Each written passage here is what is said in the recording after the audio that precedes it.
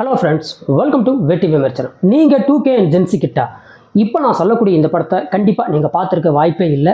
உங்களுக்கு டைம் கிடைச்சா இந்த படத்தை பாருங்கள். அது மட்டும் இல்லாமல் நமது பண்பாட்டின் அடையாளமான திருவிழாக்களை இந்த படத்தில் உருவாக்கப்பட்ட அடையாளத்தை இது வரைக்கும் நாம் உபயோகப்படுத்திட்டு இருக்கோம்னு சொன்னால் உங்களால் நம்ப முடியுமா? ஆமாங்க, இது ஒரு ஹாலிவுட் படம். இந்த படம் கிட்டத்தட்ட என்ன சொல்கிறது, ஒரு பக்கம் சயின்ஸ் ஃபிக்ஷன், இன்னொரு பக்கம் சூப்பர் நேச்சுரல், இன்னொரு பக்கம் ரெவல்யூஷன், புரட்சின்னு சொல்லி நிறைய விஷயத்த இந்த படத்துக்குள்ளே எடுத்து வச்சுருப்பாங்க.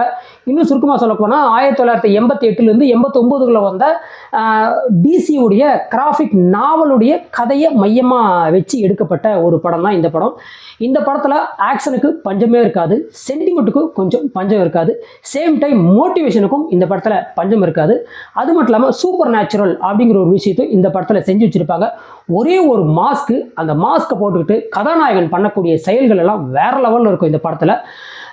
இந்த படம் வந்து கிட்டத்தட்ட 2005 ரிலீஸ் ஆன த வி ஃபார் வெண்டட்டா இந்த படம் தாங்க. இந்த மாஸ்க்கை பார்த்தீங்களா? இந்த மாஸ்க்கு இன்றளவுக்குமே நம்ம ஊர் திருவிழாக்களில் இன்றைக்கி இருக்கிற 2K அண்ட் ஜென்சி கிட்ஸ் போட்டுக்கிட்டு அலப்பறை பண்ணுறது நமக்கு தெரியும். பட் இந்த மாஸ்க்கை வந்து அறிமுகப்படுத்தினது இந்த படத்தில் தான். ஆக்சுவலாக இது ஒரு காமிக்கலாக இருந்ததை சினிமாவாக மாற்றிருக்காங்க. பட் வேறு லெவலில் இருக்கக்கூடிய ஒரு நல்ல படம் தான்.